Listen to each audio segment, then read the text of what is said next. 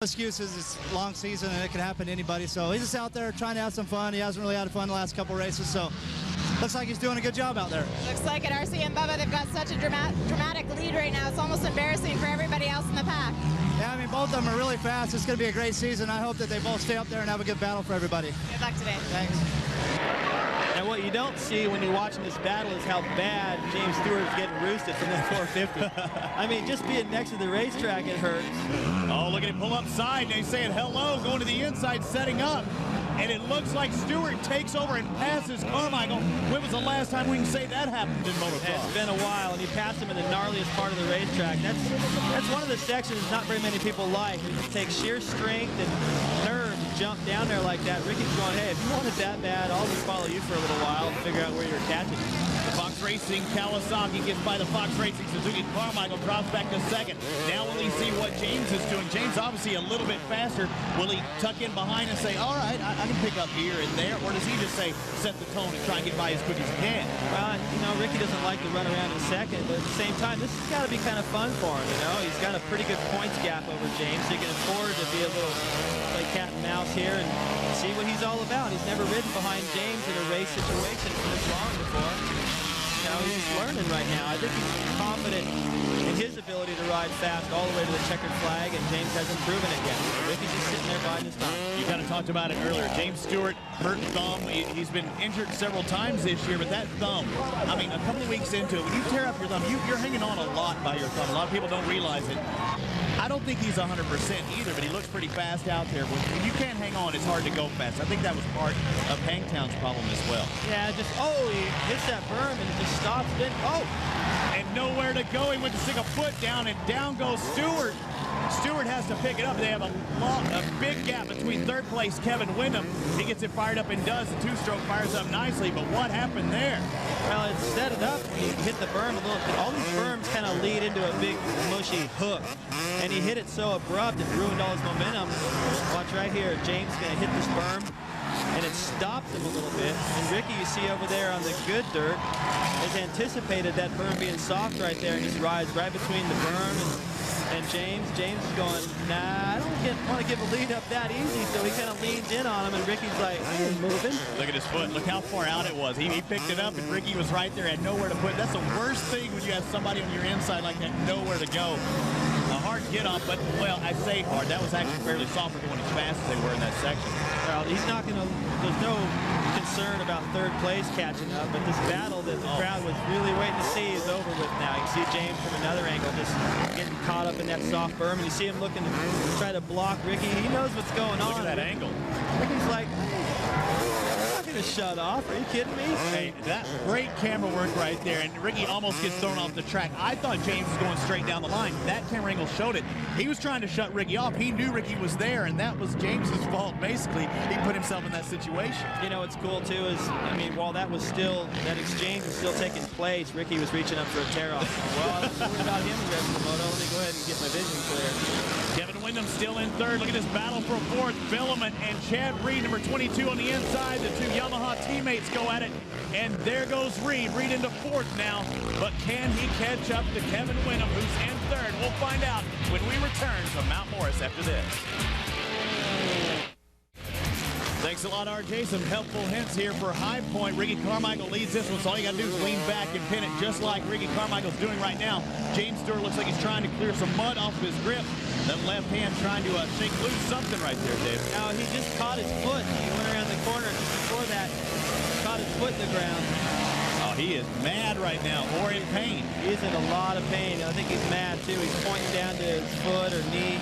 See, he keeps it up and out of the way. Let's go down to Aaron Bates. J-Bone, what's going on? Bubba came around this corner pounding on his handlebars. What's happening out there? I don't know. We're trying to figure it out. We can't really tell what's happening. We're trying to have everyone that's out there to look at the bike, but we can't tell. We don't know if the shifter or something with the bike or something with him. We can't tell yet, so we'll have to let you know.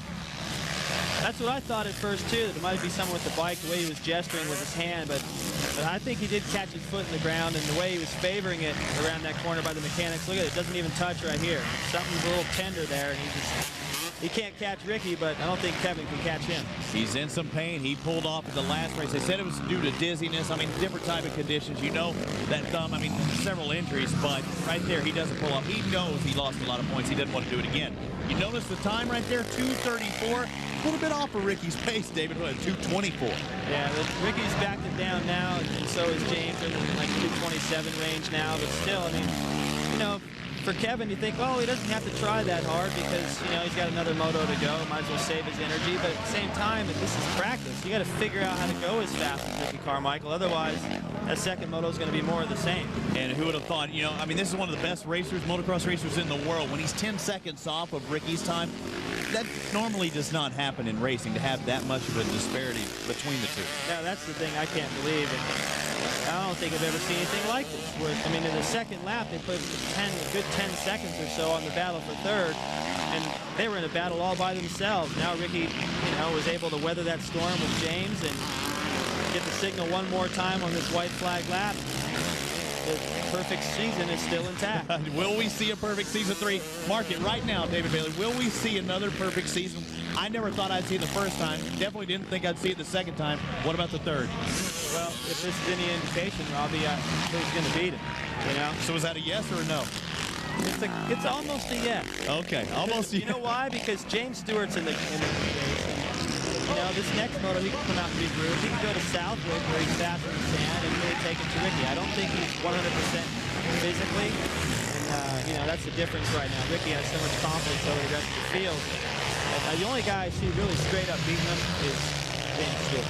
Kevin Windham's fast, Chad Reed's fast, David Villeman's fast, but you're right, Stewart seems to be the one guy, that one wild card that may do it. You see Ricky, he's happy. I mean, Moto wins. He knows where he's at in his life right now, and every win is just another mark on the old record book there, and he's doing everything he can on a brand new machine. We haven't even really talked about that. The RMT 450, that's not the same bike he rode last year. Well, so far so good. And, you know, I think even Ricky was a little disappointed with not being able to battle with all of the contenders in the first round. Now that he had a chance to battle with James, got past, and was able to get back past him due to a mistake by James, you know, he's feeling like he won this thing fair and square. And how about James Stewart having to battle his way through lap traffic, and Kevin Windham's been closing up this whole time. I mean, Windham might have seen him off in the distance and said, hey, can I do this? Now, you can see him in certain sections of the racetrack looking over at each other. And, you know, no one's going to feel as happy about their moto as this guy. Another moto win. That's 3 for 3 on the year for Ricky Carmichael. The Makita Suzuki takes it again here at Mount Morris Moto 1. On top.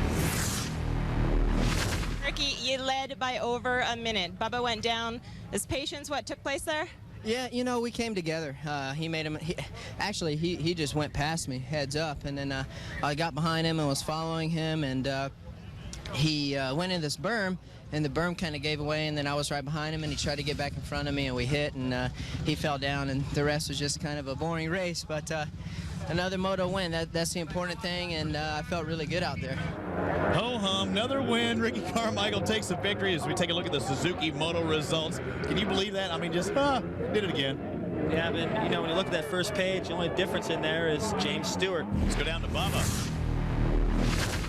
Boy, you got a long season left. I was feeling good. You know, I wasn't even really like pushing it that hard. I just wanted to stay smooth and stuff, and I was right there, and I'll catch him through those S corners. So it's going to be a real good season for him. Do you feel like you're at any kind of disadvantage not riding a four-stroke? You know, this guy's here at Kawasaki. You know, they're making my bike great, and you know, it's the best a two-stroke can be. It's hard here and there, but you know, in the switchbacks, that's where I catch him. So it ain't gonna be no 24 no season. I tell you that now. Great job. Thank you.